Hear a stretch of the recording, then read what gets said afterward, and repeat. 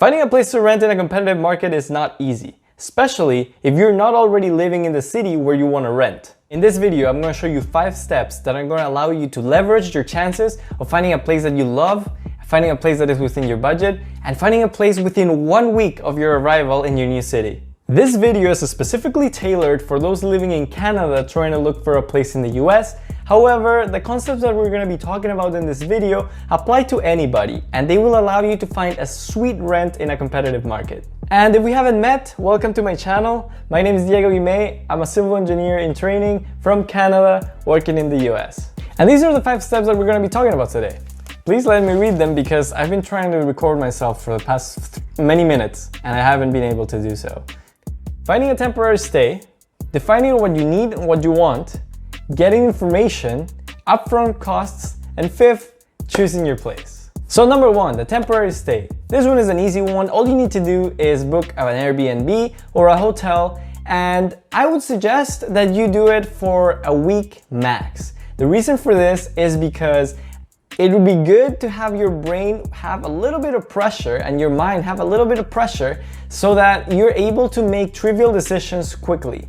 This will expedite the whole process and you will feel a lot more confident making those harder decisions. In addition, having this 7-day limit really helps you save some money, and if this is a little bit too risky for you, you can always book through booking.com and choose an option for free cancellation. And I believe you will have at least 2 days before the booking in order for you to cancel your reservation at no cost. So defining what you need and what you want. This one is definitely the one that is going to save you the most time once you arrive in your new city. Here you can ask yourself if you want to live alone or if you want to live with a roommate. So all of these questions are really important to get straight from the get-go, because once you start seeing listings in the different web pages, this will allow you to make decisions a lot quicker. And speaking of the web pages, you have options such as Zillow.com, Apartments.com, Rent.com, Zumper.com, and Hotpads.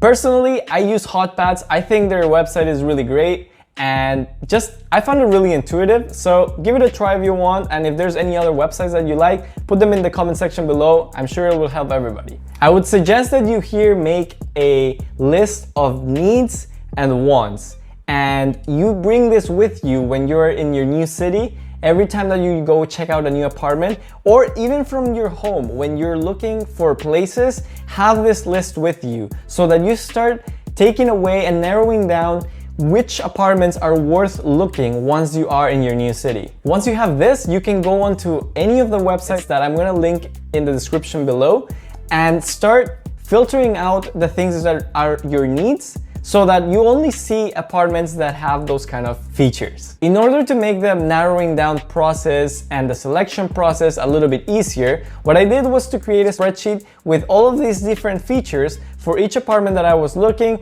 and that way I could make a better decision later on when I was narrowing down my search. I'll link the spreadsheet that I created in the video description below. Moving on to step number 3, getting information. This is where you use your spreadsheet and start contacting these management companies because you really want to get that information from somebody. There's no better way to get information than to actually get talking to someone on the other side. And the great thing about this is that you can start doing this way before you are actually in your new city. Moving on to step number 4. So for the upfront costs, we're gonna have application fees and the initial deposit.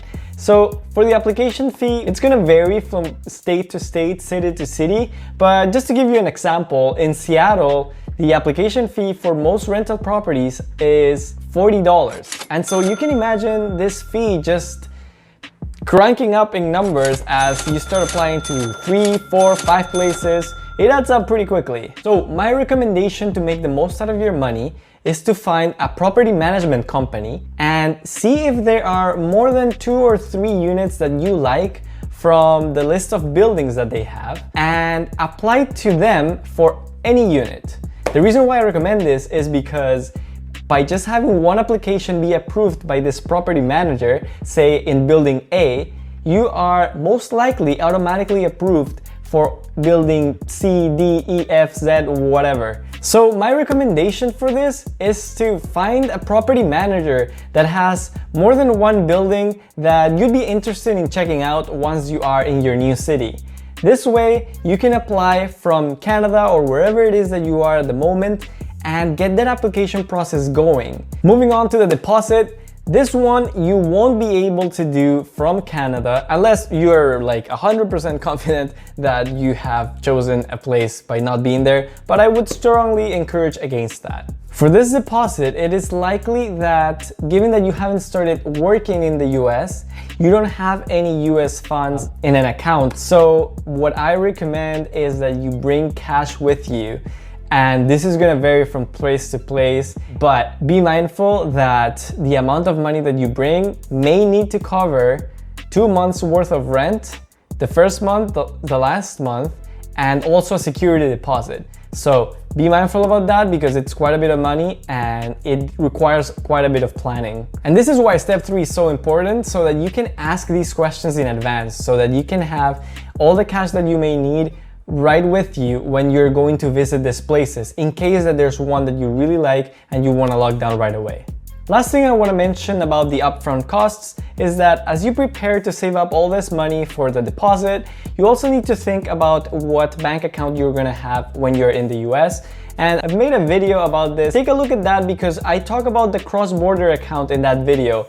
And what this account is going to allow you to do is to transfer your funds from Canadian dollars to US dollars. And so we move on to step number 5, choosing your place. Step number 5 is gonna be my favorite part of the whole finding a place experience, because this is where you are really putting into practice everything that you've learned. You've done your research, you know that these places are worth your time, and so it's just a matter of going in there with your list and making sure that it meets all of the requirements that you saw online. Here, the only suggestion that I'm gonna give you is be observant. Get a feel for the place. Like, do you feel a little claustrophobic because the ceilings are too low? Because you wouldn't be able to tell that from the pictures. Another thing that happened to me that I had to think about was, hey, I want to take a look at this place at night. So I would drive around the place that I was considering during the night just to get a feel of the neighborhood and, you know, how it was at night. Last thing, follow your gut. If something about it doesn't feel quite right and you can't really pinpoint what it is, then maybe that place is not for you, and that's fine. On the other hand, if you feel like this place feels cozy and you can see it being your new home, then congratulations, you just found yourself your new place. And that's it, guys. Follow the steps, believe in the process, and if you do, I am sure that you will find a really sweet rent and a really sweet home. So thanks again, and I'll see you next time.